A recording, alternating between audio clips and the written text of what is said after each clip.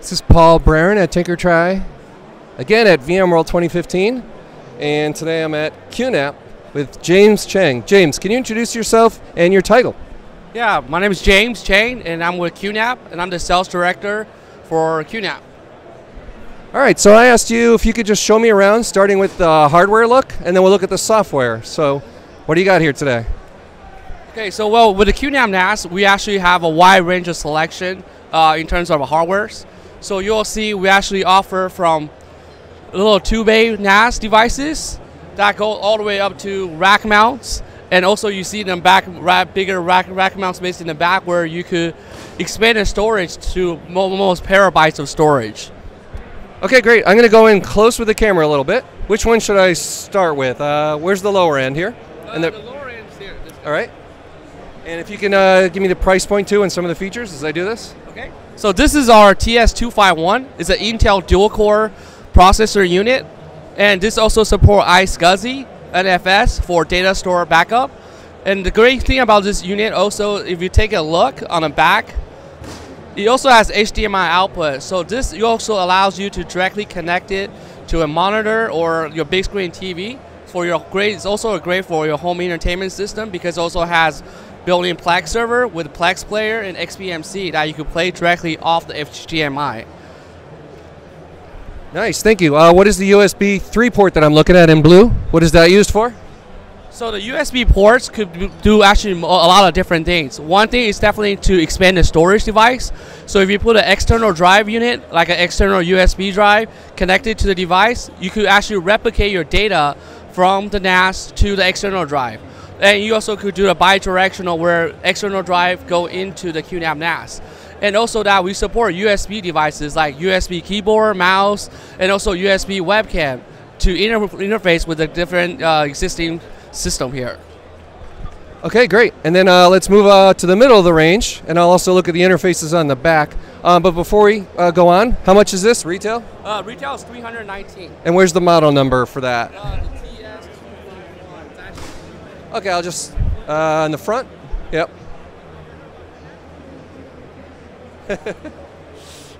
Thank you. All right, great. Okay, and there's the specs. 1 gig. All right. Can that be upgraded? Is there a DIMM slot available, or can you replace the DIMMs if you feel like it? So the standard model comes with 1 gig, and you can upgrade it to 8 gig. Okay. Great. Okay, so we'll go to the middle range now. Oops. Okay. Sorry, let me just repeat. You said up to 8 gig. I didn't have the microphone up to you, right? Correct. Thank you. Okay, so what do we have for middle range? So this is actually our newest product lineup. We just actually introduced this last month. It's a TS563. So this guy right here. So this is actually a very powerful unit running on AMD quad-core CPU. And the great thing about this unit is that it has a large capacity, also a great price point with 10 gig availability too. So unlike the other unit, this is more designed for the SMB where it doesn't have the HDMI output. Well, however, it does have a PCI Express PCI slot here that you actually could add a 10 gig card to it. So the price point around this is $559. It's a 5-bay unit with ability to add 10 gigs. So this is definitely a good starting point for the SMB customers. Is it choosy about whose 10 gig NIC you pick? Obviously the size needs to be low profile. Yeah, we do have a list of compatible 10 gig cards. It's from Intel, Emulex. We also have our own QNAP cards as well. Okay, I'll just point out there's a protective film on the screen here, so that's what you're seeing. Yeah. All right, and then let's move up to the top of the model, top of the chain. Okay, so the top of the line we're actually introducing here now is the TVS EC1580MU SAS. So for the first time, QNAP actually integrated the 2.5-inch drives with the 3.5-inch drives as well. So this is a SAS model.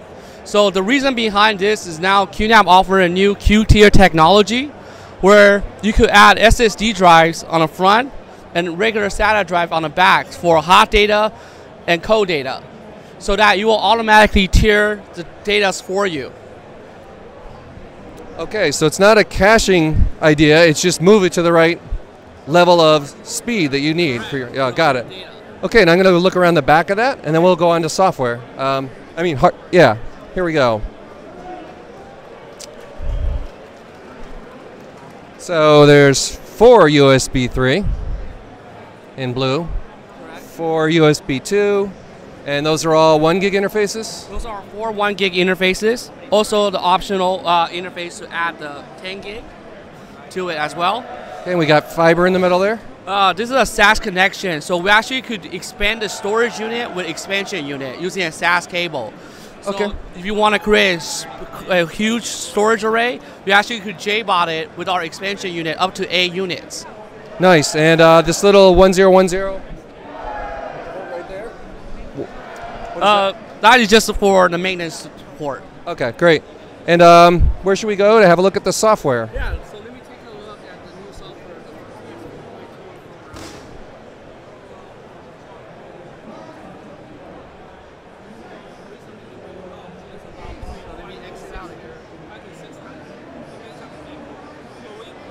So this is a new HD station for the QNAP.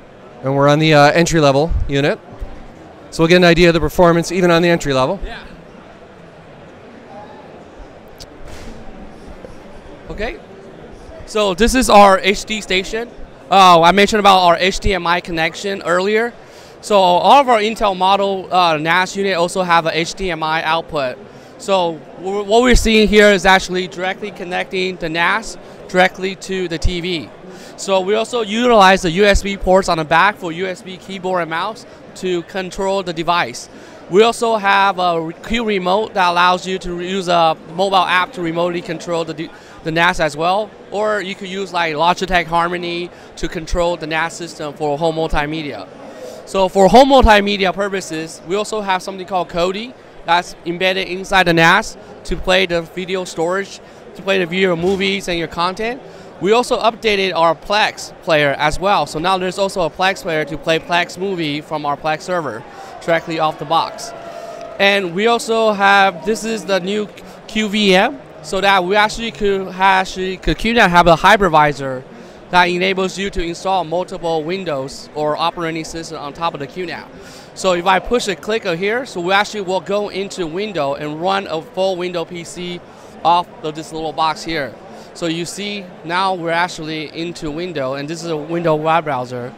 So we could actually connect just do like a regular window operation right off this little box here.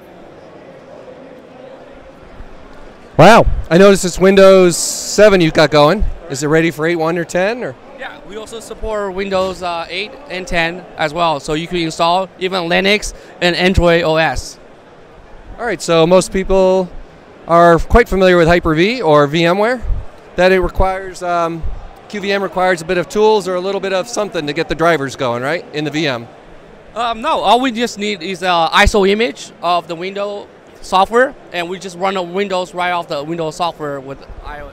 So nothing special about keyboard, video, mouse drivers? You just leave Windows alone and install it? Yeah, correct. So we do support just regular auto plug-in, automatically plug and play. Well, great. I really appreciate your overview of QNAP. Thank you for your time. Bye-bye.